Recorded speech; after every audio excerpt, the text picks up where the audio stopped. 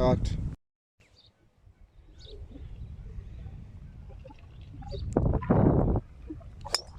Back.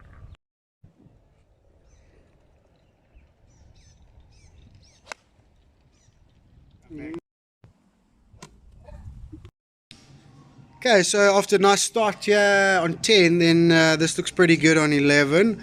You can see how much better the setup is. I mean, the shoulder alignment, but then it just balances you so nicely. Everything's so nice and neat, yeah.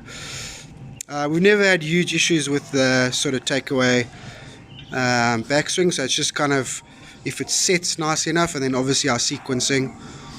Okay, so beautiful lines and posture, great takeaway.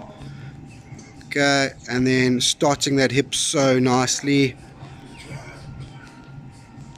Okay, really driving that hip nicely. It's creating some energy in the shaft. Right in the slot there. Maintaining the posture so well. And then that delivery position is brilliant, and you've still managed to keep your posture and continue opening your hips in that delivery position. And then it's just a beautiful release through the golf ball there. Okay, so a lot of good stuff. Okay, so here's that 5-iron on 12. Obviously just flushed it straight through the wind, which can happen. I really want you to see the club here through impact. That's the real impressive part. Again, the sequence, the hip work, loading of that shaft, and then the posture control is good, but it just makes the club work so well through the golf ball.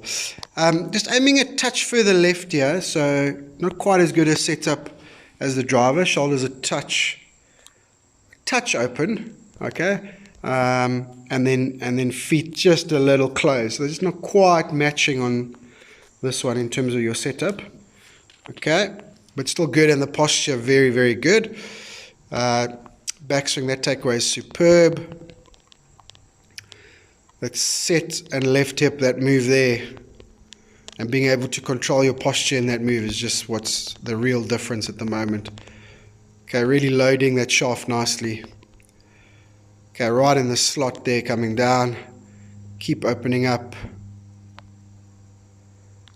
Brilliant delivery position. Brilliant release and strike. Okay, that's working really, really well. It's just beautiful, that.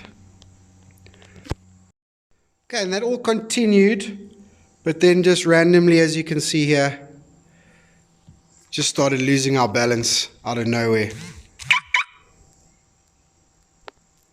Okay, still a good swing, set up, everything, okay, and then just started backing out a little bit.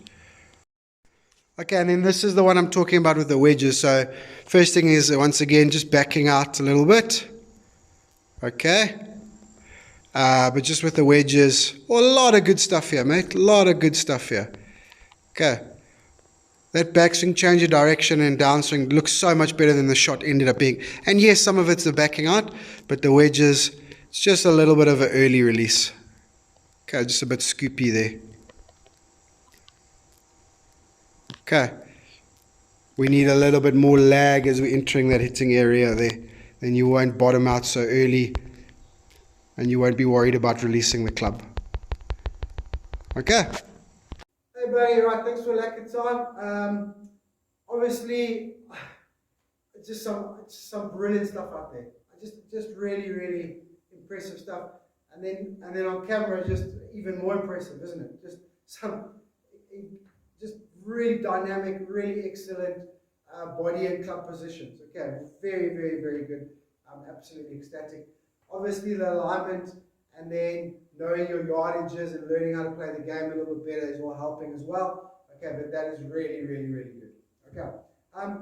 Randomly out of nowhere, and we can even see on those videos, started off so beautifully. Obviously, the putting sort of let us down score-wise a little bit. It started off so beautifully.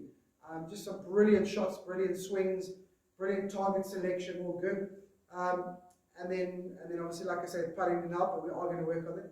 And then just randomly out of nowhere, okay, we just start backing out and falling away from this golf ball. Okay, then it got better, then it kind of came back. So, just obviously nothing if you've never done that in lesson time. So just something to keep an eye on to make sure that you're always swinging in the same tempo, okay, and that you always finish balance and through that left side. Otherwise, it doesn't matter how good the setup and swing is. If you're backing away and moving your swing circle away from the golf ball, it's like me moving the golf ball around during your golf swing and telling you to hit it the same every time. It's just too difficult, right? So just keep an eye on that. All right. I think not necessarily course management, but just sort of understanding. Okay, I think we can get out of trouble a little bit easier. Okay, so when we do get ourselves in a little bit of trouble, just hit out to a distance that you like, whether that be 40 meters or 60 meters or something like that. Obviously, a touch of club selection off the tee, but you did say that when I'm not there, you are a little bit better at that. So let's add in our angles off the tee. Okay, always think about which angle you would prefer, left-hand side of the tee, right-hand side of the tee, depending on where trouble is and where you want to aim, and where the fairway is, where the flag is. Okay, so just remember that. And then the putting, obviously, the stroke and all that setup and stuff is all fine. Okay, but yeah, I mean, it's good. It starts with green reading, doesn't it? Okay, so it's all about reading the green, really.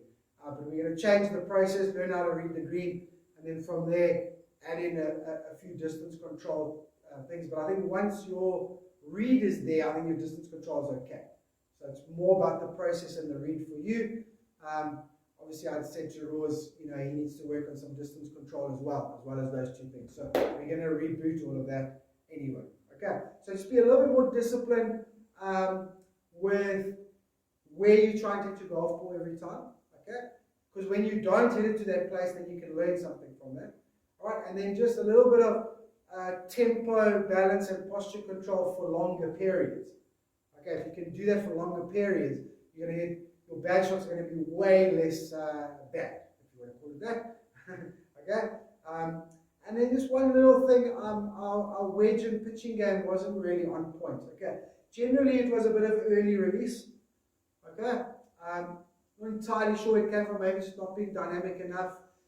The technique all looked fine, but definitely early release and generally hitting a little bit thin, like a little bit fat, sorry, a little bit behind the ball.